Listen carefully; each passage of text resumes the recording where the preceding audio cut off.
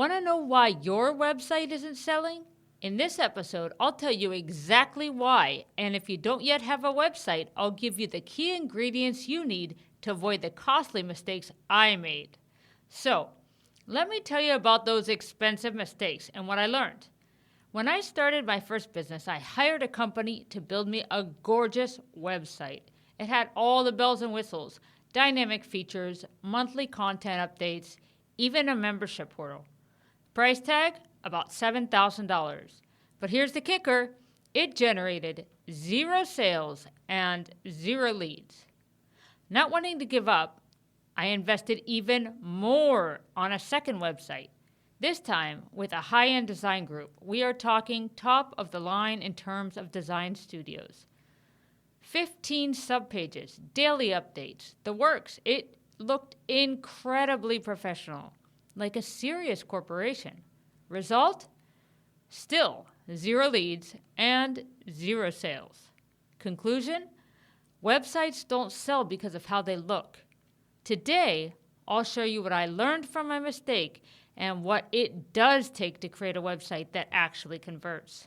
After all that investment in beautiful and expensive websites that got me 0 results, I got to thinking, what do we need a website for anyways? Basically, people come to our website either to get free information from us that helps them achieve their goals, or because they want to do business with us and transact. That's it. Think honestly for a moment. When was the last time you went to a website and actually read about the company's history? Or you went there to look for their mission statement? Probably never. What you really want to know is, can they solve my problem? And how do I do business with them? Since those days, I realized what makes the biggest difference are the words you put on the page. And over the course of the next 6 years or so, I got into a new line of business that helped dozens of clients build websites that actually generate sales. And I'm going to tell you exactly how we do it. So, here's what a great website should do. We're in business for only one purpose, and that's to solve problems. So the first thing people need to see when they land on your website is very clearly what problem you solve. Second, give potential clients a way to start a relationship with you through free content. And third, tell them exactly how to do business with you. Nothing should be on your website that does not directly answer one of the questions on your client's mind. So let's walk through some examples. If I'm looking for insurance and I visit a broker's site, the first thing I want to know is, what problem can they solve for me? What types of insurance do they sell? How can this help me win in my business or in my life? So if I visit the broker's website and there's a picture of an office building, I still don't even know what type of insurance they sell. However, let's say I'm looking for a professional liability policy. If I land on that broker's website and I see a consultant up on a stage or working one-on-one with a client with a one-liner that says, "Keep doing the work you love, we'll protect you from misinterpretations," I would say, hey, that's exactly what I want. They can solve my problem. So make it crystal clear what problem you solve. Second, give immediate value. If there's a problem that most of your clients have and you can solve that problem with a piece of content, that should be up on your website for free. When we have a free offer on our website, we begin a relationship, and we begin it by giving. And the more we give and give and give, the stronger a relationship we create. So, in the case of the insurance broker, they could have available for download on their website the 5 lines every consultant's disclaimer must have. Third, you have to tell people how to do business with you. Contact us or learn more. Those are not powerful calls to action. I recently saw a website with 4 different buttons: schedule now, learn more, get started, and contact us. And they each led to a different form. I had no clue what to do. So you know what I did? I went to Google and found someone else.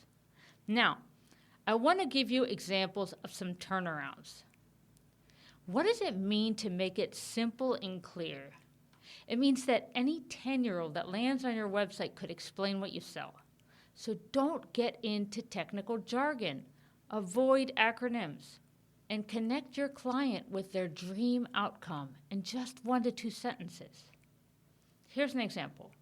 We took a fintech website that said, Enterprise API integration for multi-gateway processing, and I have no clue what that means. And we changed it to accept credit card payments online and on your phone. Never lose another sale. Everyone understands that. Here's another example. We took a website that said over 20 years of experience in wealth management, and we changed it to we help you build wealth to achieve your life goals. Can you see how these examples really connect with what the client wants to achieve? When I talk about creating immediate value, this is pretty simple. Think about all the problems that your client's going to face along the way to achieving their goal and break it down into bite-sized pieces of content that will help move them closer. For example, let's say you're a consultant that helps small businesses prevent fraud. You could have on your website a download called 7 Warning Signs of Employee Theft, or a fraud prevention quiz, Find Your Business's Weakest Link. The more people get value from you for free, the more they will trust you and want to do business with you. Third, and this is really game-changing, make the next steps crystal clear. No more generic contact us. When you see a contact us form on a website, don't you kind of feel like that data is just going to disappear into Never Never Land? On most websites, it does. So spell out exactly what's going to happen when someone reaches out.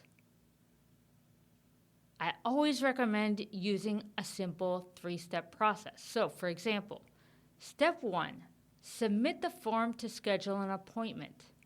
Step 2, join a 30-minute session to outline your goals. Step 3, receive a full proposal outlining scope, fees, and timelines. People need to see the entire journey before they'll be willing to take that first step. The magic happens when these 3 elements work together. Websites that convert best aren't necessarily the ones with the fanciest designs. They're the ones that clearly state what problem you solve, that give immediate value, and that offer a clear path on how to do business with you. So, check your website against these 3 elements. Does it state clearly what problem you solve in your client's language, not in industry jargon? Does it offer something valuable up front that demonstrates your expertise and solves a problem right away? Does it show exactly how to work with you, steps, timeline, and what happens next? So, here's what I want you to do right now. Open your website and pretend you're a potential client visiting it for the first time. And take stock. Can you immediately tell what problem you solve?